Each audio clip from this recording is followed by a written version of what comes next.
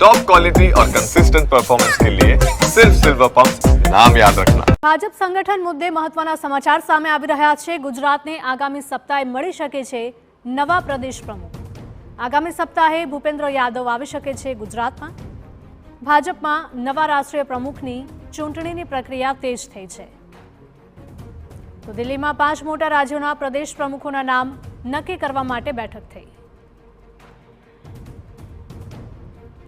Political editor Kinjal Mishra જોડાઈ ગયા છે વધુ અપડેટ સાથે।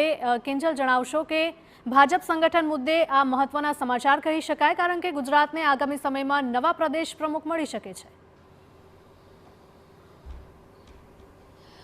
જી હિરલ, ગુજરાતને આગામી સમયમાં નવા પ્રદેશ પ્રમુખ છે તે મળી શકે છે। તેની સાથે જ ભાજપને રાષ્ટ્રીય અધ્યક્ષ છે તે પણ આ મહિનાના અંતમાં અથવા તો મે મહિનાના પ્રથમ સપ્તાહમાં મળી શકે છે। હાલાકી ભાજપની વાત કરવામાં આવે તો સંગઠન પ્રક્રિયા એક જે રીતે શરૂ થઈ હતી ડીલે ચાલી રહી છે, પરંતુ વર્તમાન સ્થિતિની વાત કરવામાં આવે તો છેલ્લા જે 3 દિવસથી દિલ્હી ખાતે બેઠકોનો ધમધમાટ હતો તે શરૂ થઈ ચૂક્યો હતો અને ગઈકાલે જે મોડી રાત્રે બેઠક થઈ કે જેની અંદર જે ભાજપના રાષ્ટ્રીય પ્રમુખ જેપી નડ્ડા અને કેન્દ્રીય ગૃહમંત્રી અમિત શાહ ઉપસ્થિત હતા। તે બેઠકની અંદર 5 રાજ્યોના પ્રદેશ પ્રમુખના નામો પર ચર્ચા કરી હોવાની વાત છે તે મળી રહી છે। તેની અંદર ગુજરાતનો સમાવેશ થઈ રહ્યો છે। ગુજરાતની સાથે વાત કરવામાં આવે તો મધ્યપ્રદેશ, કર્ણાટક, ઓડિશા, જે 5 રાજ્યો છે તેનો સમાવેશ થઈ રહ્યો છે કે જ્યાં પ્રદેશ પ્રમુખ કોણ હોઈ શકે, જાતિગત સમીકરણથી માંડીને ચહેરાઓની જે ચર્ચા છે તે કરવામાં આવી છે। હાલાકી આ વખતે વાત કરવામાં આવે તો જે પ્રકારે સંગઠન પ્રક્રિયા ફોલો કરવામાં આવી રહી છે તે પ્રમાણે જે પણ ઓબ્ઝર્વર છે, ઓબ્ઝર્વરની નિમણૂક કરવામાં આવી છે। તો તમામ ઓબ્ઝર્વર છે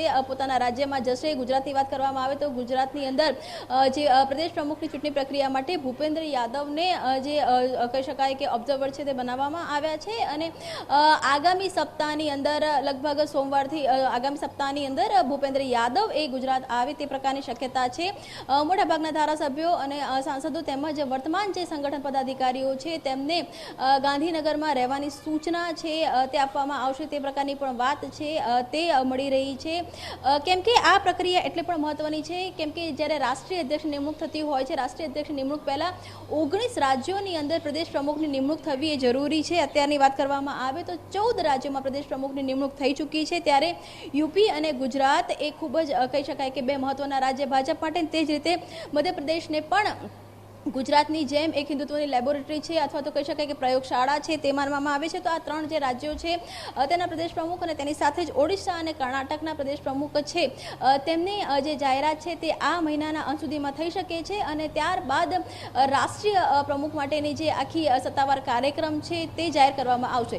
હિરલ, ગુજરાત મહત્વનું એટલે પણ છે કેમ કે દેશના વડાપ્રધાન નરેન્દ્ર મોદી અને કેન્દ્રીય ગૃહપ્રધાન અમિત શાહ એ ગુજરાતથી આવી રહ્યા છે, એટલે કે મોદી શાહનું ગુજરાત એક કહી શકાય કે કર્મભૂમિ પણ રહી છે અને મોદી શાહનું ગુજરાત ગઢ, ભાજપનો ગુજરાત ગઢ રહ્યો છે અને છેલ્લા 2 સપ્તાહથી કોંગ્રેસ દ્વારા, રાહુલ ગાંધી દ્વારા સતત ગુજરાતથી જ કોંગ્રેસના સંગઠનને બેઠો કરવાનો પ્રયાસ છે તે કરવામાં આવી રહ્યો છે। ત્યારે 2029ની વિધાનસભાની ચૂંટણીની વાત 2027ની વિધાનસભાની ચૂંટણી હોય કે પછી આગામી સમયની લોકસભાની ચૂંટણી હોય કે પછી વર્તમાન સમયમાં આવતા જે કહી શકાય કે સ્થાનિક સ્વરાજની ચૂંટણી હોય, એ તમામને ધ્યાનમાં રાખીને ગુજરાતમાં પ્રદેશ પ્રમુખ કોણ બનશે તે ખૂબ જ મહત્વનું છે। આ વખતની વાત કરવામાં આવે તો ઘણા સમય બાદ દક્ષિણ ગુજરાતને એક પ્રાધાન્ય છે તે આપવામાં આવ્યું અને CR પાટીલને ભાજપના પ્રદેશ પ્રમુખ તરીકેની પસંદગી થઈ। ત્યારબાદ ગુજરાતની અંદર ઘણા કહી શકાય કે ચેન્જ છે તે આવ્યા। જે જીત છે, જીતની હારમાળામાં વધારો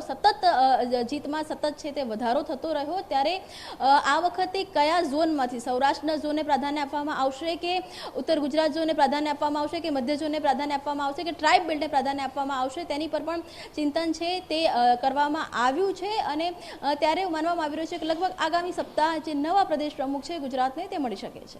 જી બિલકુલ કિંજલ, આભાર। તો અત્યારમાં 14 રાજ્યોના ભાજપ પ્રદેશ પ્રમુખની નિમણૂક થઈ ચૂકી છે।